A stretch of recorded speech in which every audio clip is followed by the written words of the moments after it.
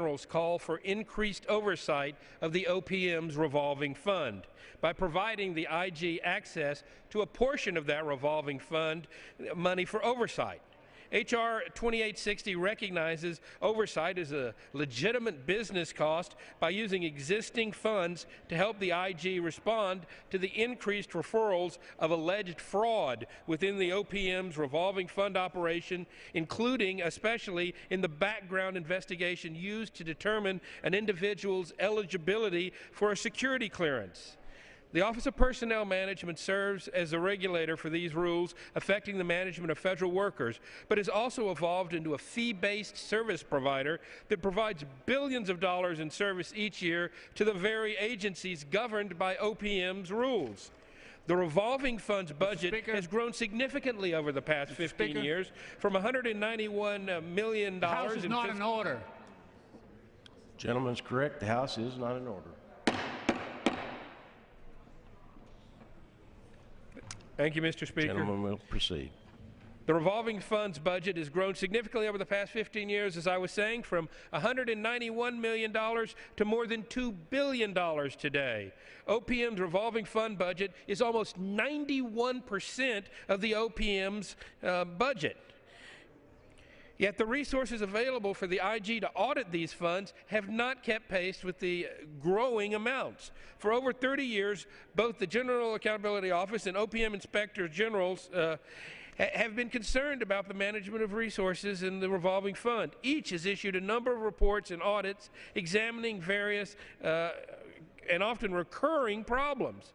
Last year, OPM Inspector General McFarland informed the Committee on Government Oversight and Reform of what he described as serious problems inhibiting his ability to perform the duties and responsibilities of his office. McFarland stated his office was at a point where it could not meet its statutory obligation to effectively oversee revolving fund activities. He noted that his office has been inundated with requests from OPM to audit and/or investigate different parts of revolving fund programs. From technical audit work to the continuing flow of allegations involving falsifications of background investigations and abuse of authority. The OPM Inspector General has investigated a number of cases involving the falsification of background investigations, including reporting of investigations that never occurred, recording answers to questions that were never asked, and document records checks that were never conducted. Within the military departments, at 81% of OPM's customer bases, these cases have serious national security implications.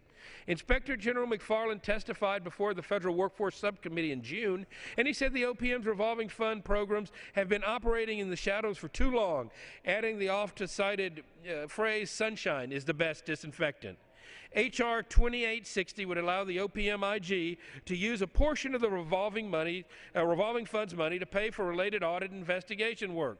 The OPM IG's resources would be limited to 1/3 of 1% of the revolving fund budget, and the IG would be required to submit an annual budget request and report detailing its revolving fund oversight work. H.R. 2860 provides resources for critical oversight that can be accomplished at relatively low cost using existing funds. I urge the adoption of this bipartisan bill and reserve the balance of my time. Everyone reserves his time. Who seeks recognition? General Maryland is recognized. Thank you very much, Mr. Speaker. I yield myself such time as I may consume. Gentleman is recognized. Mr. Speaker, I rise in strong support of H.R. 2860, the OPM IG Act, which is a successful product of the bipartisan efforts of Federal Workforce Subcommittee Chairman Farenthold and Ranking Member Lynch, and I applaud them for their efforts. I thank my distinguished colleagues for their work and commitment in sponsoring legislation to provide the Inspector General of the Office of Personnel Management with critically needed funding to perform audits, investigations, and oversight of OPM's revolving fund activities. Through the revolving fund, OPM provides approximately $2 billion in services to agencies on a fee-for-service basis.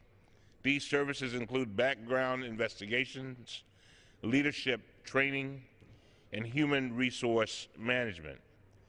H.R. 2860 would fix the loophole in the current law, which prevents this $2 billion revolving fund from paying for the cost of OPM's Inspector General to properly oversee the fund's activities.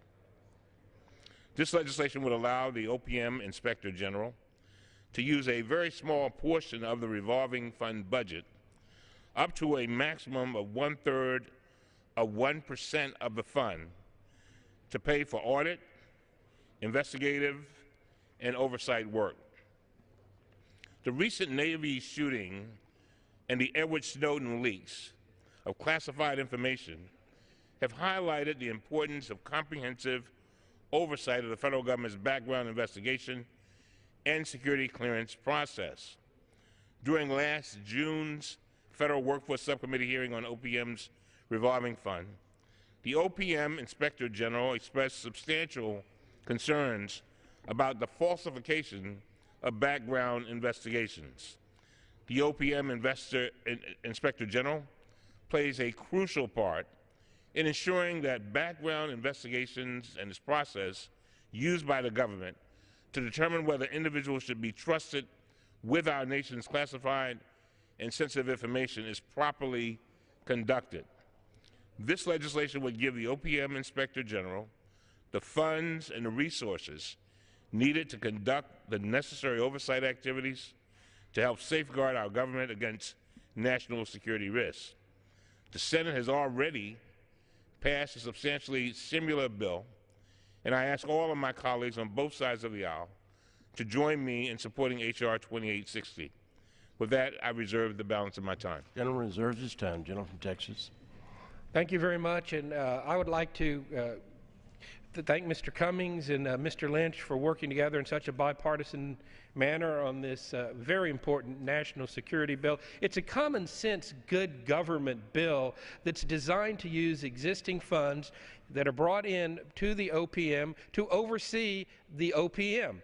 They've got a huge chunk of money here that are coming from the background checks and don't have the resources necessary to adequately make sure these background checks are going to be done. Mr. Cummings cited numerous examples of how the failures in the system have resulted in tragedies and have resulted in information getting out. We need to make sure these background checks are being done properly. We need to make sure this money is being administered properly, and this bipartisan bill does that. And I, too, urge my colleagues to pass the bill and reserve.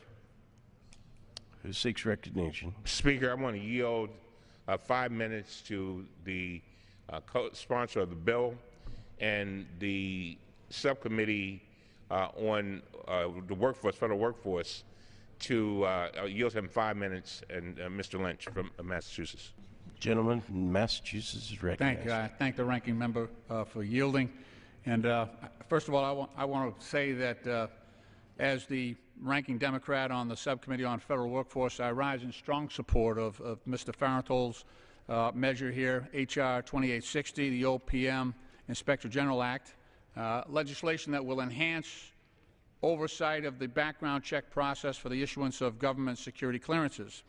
And at the outset as well, I would like to thank the subcommittee chairman, Mr. Farenthold, for working in a bipartisan manner to sponsor H.R. 2860. I'd also like to thank our full committee chairman, Mr. Issa, and ranking member Mr. Cummings, the gentleman from Maryland, for their hard work and their leadership on this legislation as well. Recent events involving Edward Snowden and his leaking of classified information, and as well Aaron Alexis and the tragic shooting at the Washington Navy Yard, have called attention to the need to re-examine and improve the federal government's background investigation and security clearance process. H.R. 2860 is a key component of our examination, and this legislation provides the Inspector General of the Office of Personnel Management with the resources that he needs to assist Congress in our review and oversight of a process that is critical within our national security framework. We rely heavily on our Inspectors General. They are at the front lines of investigating fraud, waste, and abuse in government programs, and we as members of the legislature rely heavily on them in getting accurate information. In particular, H.R. 2860 would